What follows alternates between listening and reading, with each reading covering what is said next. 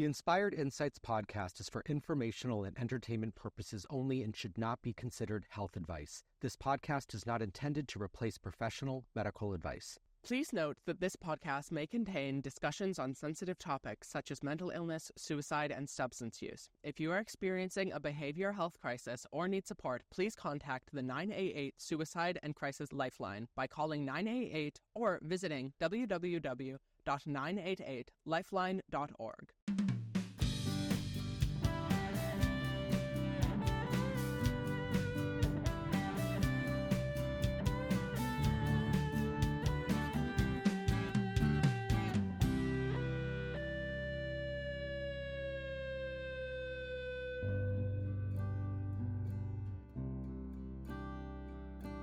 Hello and welcome to the Inspired Insights podcast with me, Soren Peterson, and Chris McLaughlin. Hi, Soren. hi.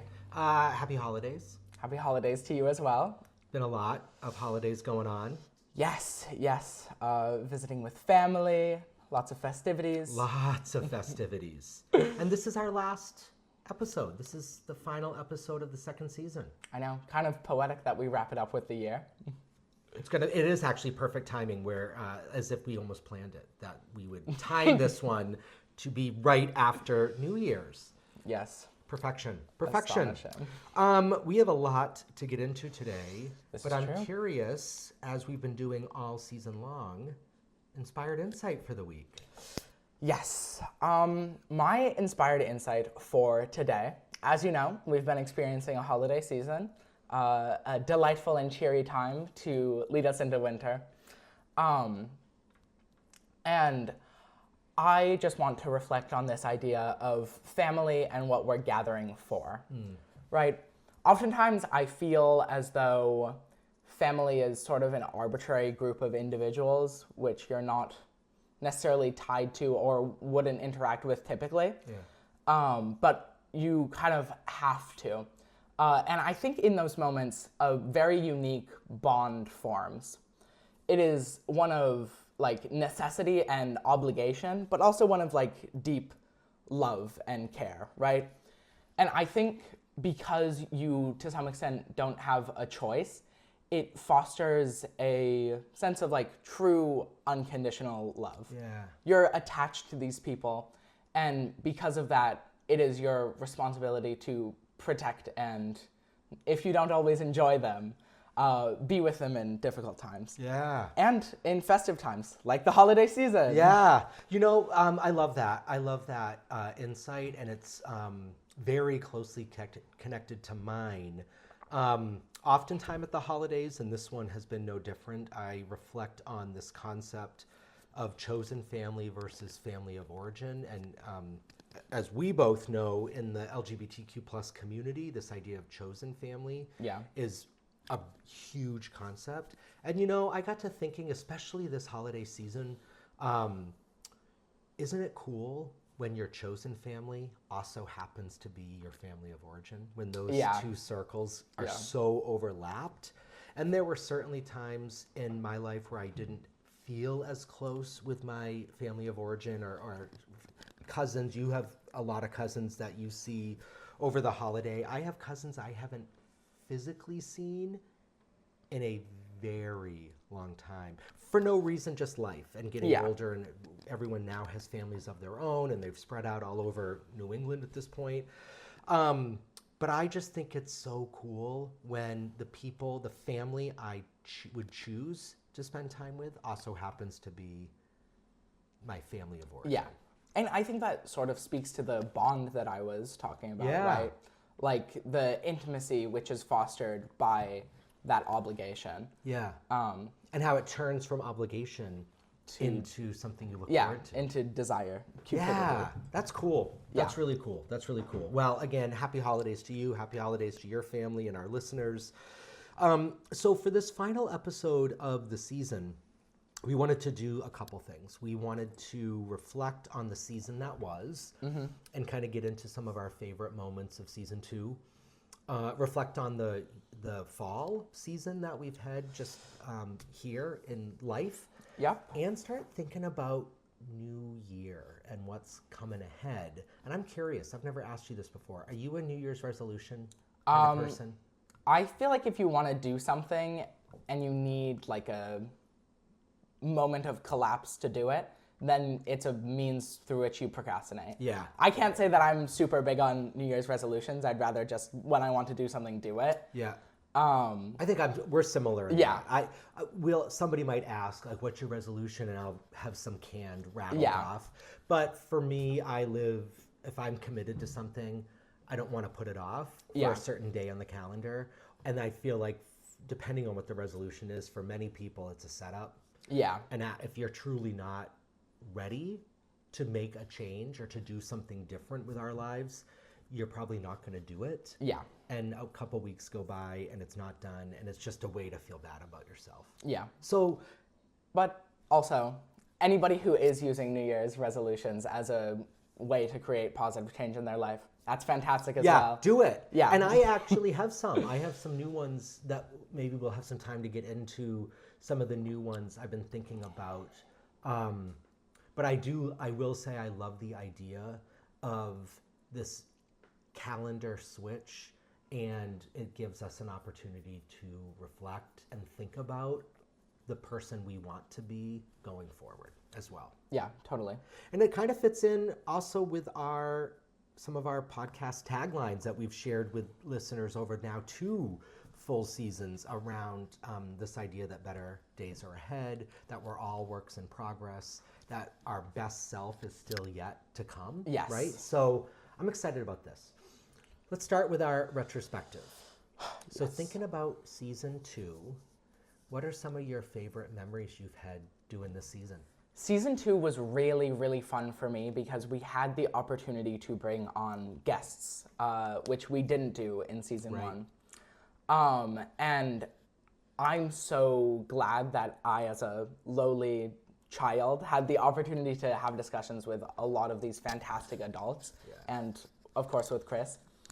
One of my favorite episodes, although it might not have been other people's, was our episode with Greg Music Bridges. I knew you were going to say that. Yeah. And I think it was really refreshing for me as someone who doesn't really have the opportunity to have similar style conversations on matters like theology and philosophy. It was really liberating and validating to You were in your element. have a conversation with him about that. Yeah, you were in your element. That was that the Keanu Reeves episode where you were talking about Constantine? Yeah. Yes. Yeah, and I learned a lot on that episode. Greg's brilliant, and Greg, I'm lucky to call Greg a colleague and a friend for many years now, and every time I'm in Greg's presence, I learn new stuff. And it was actually fun watching you shine in that episode too, being able to really nerd out, geek out. I know we had some debate this season about what's the difference between nerding and geeking. Semantics. But you really got to play in that sandbox that you love to be in. That's true. Yeah, that was a cool episode. I agree with you, Soren. Every single one of our guest episodes I loved. I loved being sort of outside too. It's very nice. And being in that space outside of a studio. Yeah, I think some of my favorite moments of season 2 were spent in the company of other people. And so I think about spending time with our younger brothers. Yeah. About with our friend Dominic Varney. Yes. Talking about drag and theater. And you were in your element talking about theater. That was a really fun episode too. And I think that you shined as well on that one. Yeah, I love that one. It was a really nice episode. We had episodes with some other queer folks. So we had our friend Paul and Frank come representing 4 different generations. Yeah. Explored deeper into that generation. That was really cool. And Frank is also a mentor of mine. And hearing Frank talk about his experience in the 80s with the AIDS crisis and watching friends die. And that was a moving episode. We had some teacher friends. Yes, I think come out. The teacher episode was, in my eyes, one of the most feel-good episodes that we made in this season. I thought it was so really too. Nice. And you shined there as well. as one of the teachers was a former teacher of yours. And That's being true. able to talk about the experience in the classroom and books that you've shared and liked. I think our guest episodes were just phenomenal They were across my the board. favorite. I My feel favorite. it's just so like nice to have the opportunity to talk with these wiser, older people and get their knowledge imparted to me. Yeah, and have them also truly and genuinely be interested in what you are thinking and what you have to say. Yeah. Like there's something I think so validating when adults are able to share their knowledge, but also are genuinely interested in what younger generations are thinking and feeling. I think too, I'm really glad that we are able to and have created a public forum for these voices to be shared, right? Yeah. Like, I think that everybody that we had on this season needs to be heard. And I am so pleased that we had the opportunity to allow them to speak. Yeah, and you know what also was cool about season 2 is our listeners also started chiming in a bit. And so I'm remembering after Dominic's episode, people were really moved when Dominic shared his tagline from his Priscilla Poppycocks, where he says, make sure you don't save a little love for yourself, don't give it all away. That was really meaningful. I heard from several listeners that tagline stuck with them, especially getting into the holiday season and making sure to save some love for yourself. We had listeners that really were moved by Greg and the talk about the intersectionality of queer identities and religion. I think that was really special too, to hear from listeners. I love that too. Yeah. So we'd like to thank everybody who came on and everybody who listened. But moving forth, so I have an idea. Before we talk about what's ahead, so we unpacked more of the episodes, but our world had a lot of other things going on as the season was unfolding. We had some other pretty significant national events, and we had an election that has continues to kind of echo and reverb over a lot of what you and I do every day, and the conversations we're having with our friends and loved ones. So that election piece has also been huge, and that also got me thinking, as I'm talking about it, one of our episodes this season that was actually filmed before the election results was around finding your voice and advocacy. That was just you and I in the studio talking about that. And I think it's going to be really interesting to now go back and re-listen to that episode since... Now we have to implement it even harder. Yeah, so tell me a little bit about what you're thinking, what you and your friend group are thinking about. I just remember on the morning after election night, I walked into school and two of my female friends were crying because they were so anxious about reproductive rights. And as teenagers who are a significant portion of the demographic interested in getting an abortion and in need of getting abortion sometimes, they felt very scared. And it was very saddening to see that. What about, I totally agree with you. What about some of your friends who identify in the queer community? Are they feeling that same level of anxiety? I think that like a lot of my trans friends that I've talked to, they just felt dejected. Right? It's yet to become a complete political blow yet, as certain people have not entered the executive branch yet. But they just felt like their country had wholesale rejected them. And 74 million Americans voted directly against their interests. And on a platform that those 74 million American voters voted of hate and viewing trans people as inhuman. Misinformation, fear. Yeah. You know, Soren, I'm connected with a lot of queer youth and the different hats that I wear, and similar to your what you were saying, that in the days following the election results, genuine anxiety and genuine fear of what does this mean. I have college students that I'm connected with in different ways, and it's being felt a lot there as well, both from folks of color and folks who identify as something other than straight or cisgender. Yeah. And so that it's been spent a lot of times just sitting with folks and letting them feel what they need to feel. And another interesting thing that has come out of this, which may be my second inspired insight for this week's episode, is thinking about what you just said about our advocacy episode. Like, how do we put into practice those things that we've been thinking about? And I've kind of been playing around with this new idea of how do we be part of both the resistance and the resilience? Because I think it's going to take both. It's going to take resistance to giving into fear and hate, and resilience.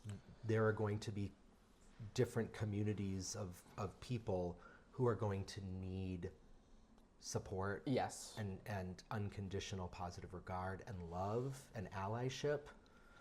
It requires not only action but perseverance. Right.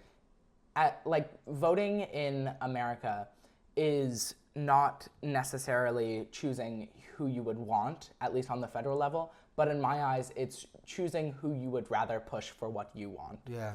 And like, who's your spokesperson? Yes. Yeah. Who do you think is more easy to sway towards your point of view? Yeah. And the reality is that going into office is a very obstinate, immature, foolish, egotistical, you can go on and on, man that does not like to listen.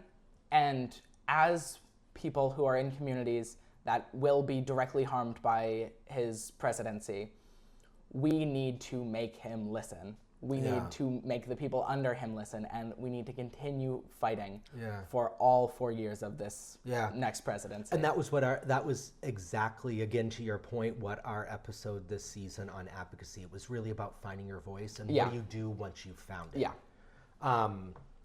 And at both the local and federal levels. So we are lucky enough right now to be living in a state that maintained sort of that perfect trifecta of 2 more years of a Democratic governor, maintained, although it got chipped away, but we maintained our Democrat lead in both the House and the Senate here in Maine, which for me is a real call to both courage and action of what can we do here in the state of Maine to continue to protect and enshrine basic human rights. So that's being part of the resistance, right? And then this idea of being part of the resilience is, the resistance is the action piece. The resilience is the protection, the self-protection. How do we keep going? Yeah. It's going to take fight. Luckily, I am not going to be here. Yeah, we're going to get into that news. You know, the other thing I just wanted to say, to put another, maybe a human face to what we're talking about. I don't think I've told you this yet. Not this part, the next part. So randomly, I happen to be a notary. And in the state of Maine, the law changed where notaries used to be able to perform wedding ceremonies, and then no longer, but they grandfathered all the current notaries into what this new title of wedding officiant. So I happen to, by default, to now also be a notary and a wedding officiant. And so soon after the election results, I had a social media friend reach out to me to introduce me to a friend of hers who is trans and needed some paperwork signed because of the results of the election, needed to really get some documents updated with proper gender and gender markers, and some of those documents require a notarized signature. So I traveled about 45 minutes away to meet that person who was scared and really committed to doing what they needed to do to get their IDs to match their gender expression and have everything just be aligned, but doing it out of fear. Yeah. And then I also got the opportunity to marry two men, friend of mine and his now husband, who up until the election wasn't really that interested in sort of the institution of the heterosexual definition of marriage. And it's the legal protections that come with that piece of paper.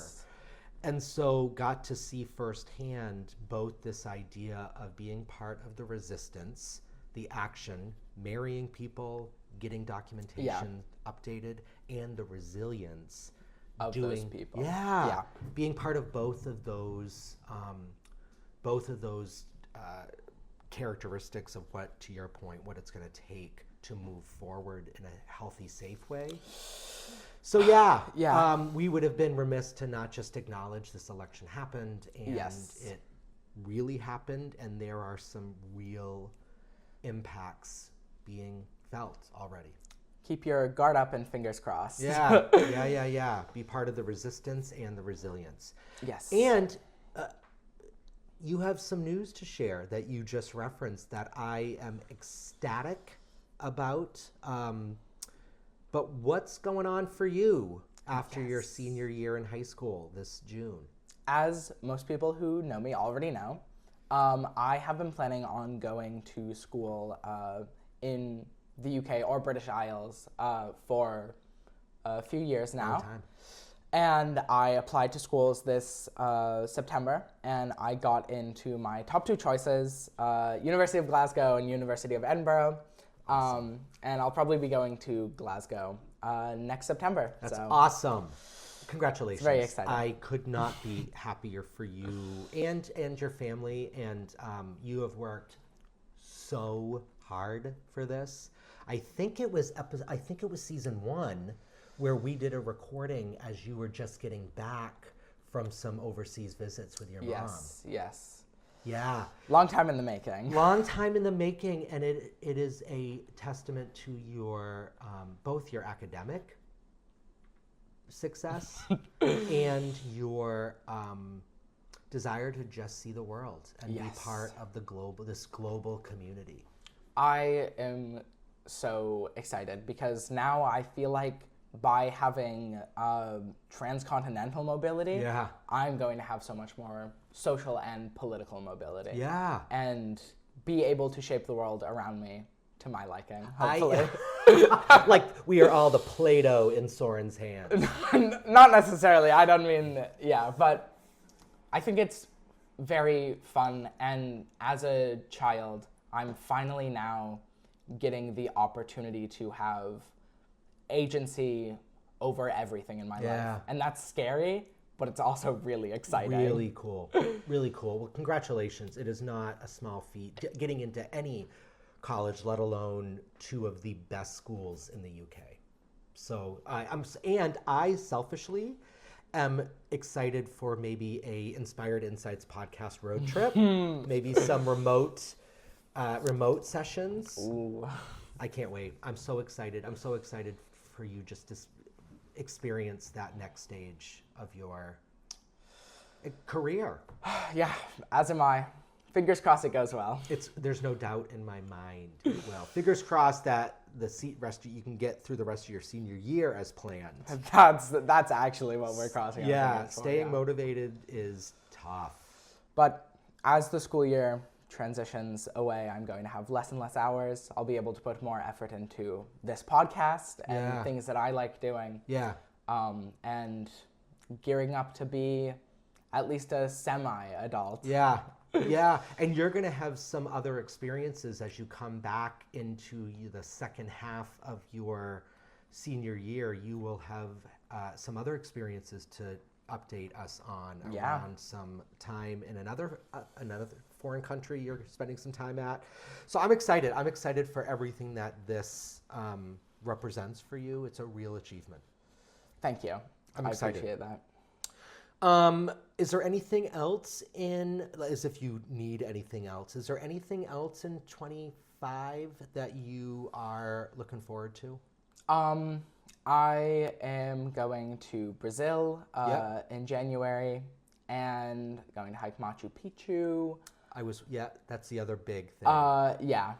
And I think graduate. Your hike is a family. All four of you are going. And a few family friends. So we're That's going awesome. to hike into Machu Picchu.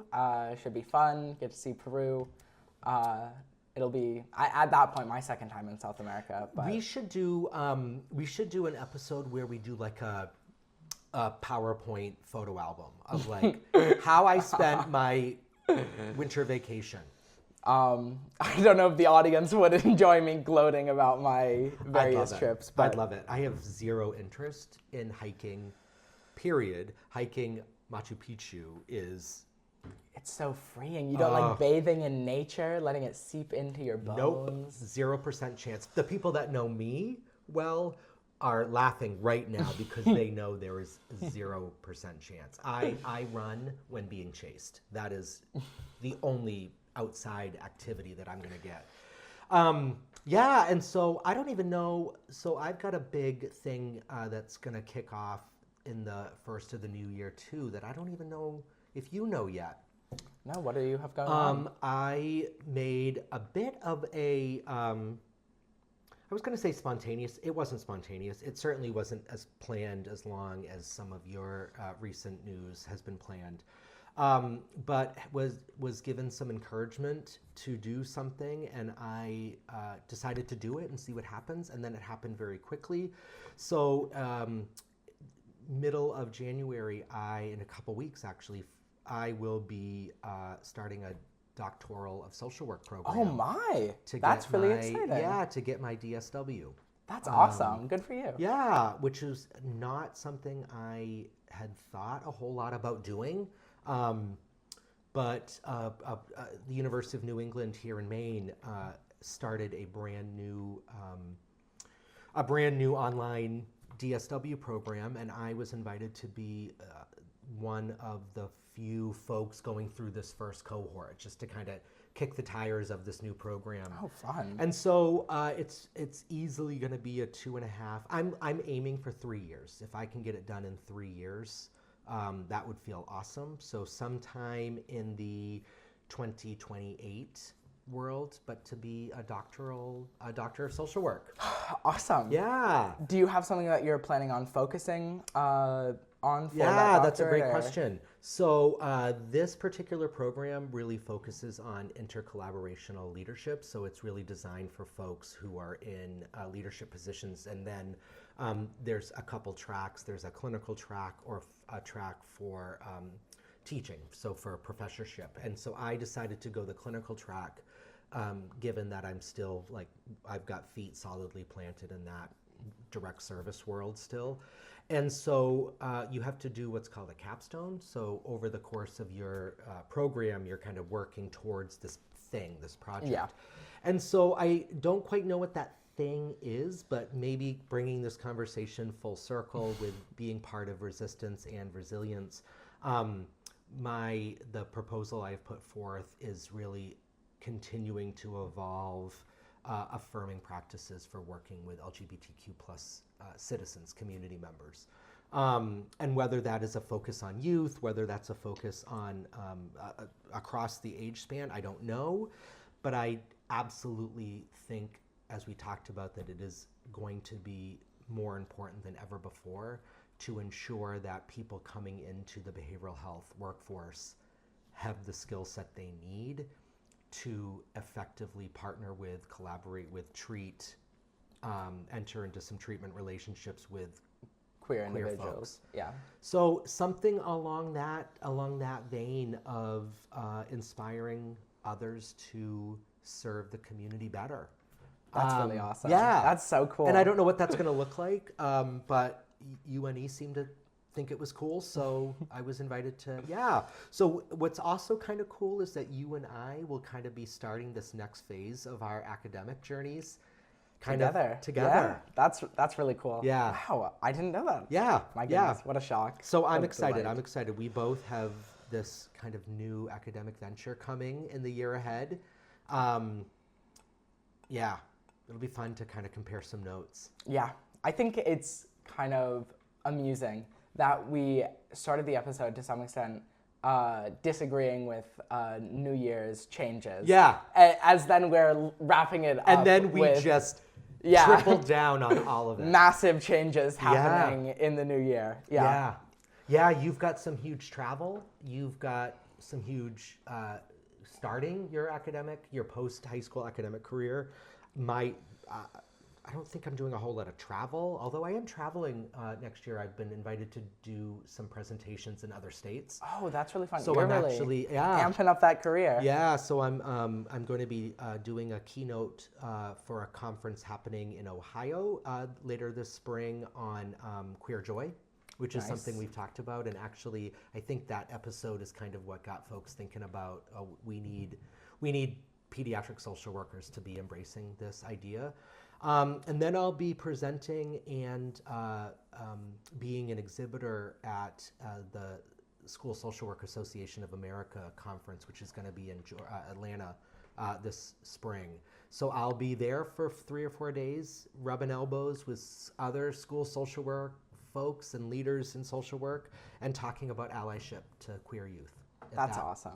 Yeah, so we're going to have some really kind of cool adventures to bring folks into in the new year ahead. Yes. Very exciting season. I think optimistic, looking forward, wrapping it up. Looking forward to doing more episodes for you guys. Yeah. Maybe inspire a broader audience next season. Yeah, invite some more guests. I think you and I both agree that we shine when we're allowing other people to shine. Yes. And that kind of shine contagion is happening. I want to invite our listeners to continue to reach out to Soren and I. Our email, inspiredinsights@inspiredcg.com. We'll put that link on all these videos, but we want to hear from listeners. What and who might our listeners want us to dig into a little bit more in season 3? Yeah, this is all about you guys after all. Yeah, so share. Please feel free to share with us. Thank you. I know speaking for both of us, but certainly don't need to speak for you. And so incredibly grateful to our listeners and to our Inspired Insights team, your mom, my husband, our friend Elizabeth, who have truly been part of making this podcast happen, encouraging us to keep doing this podcast.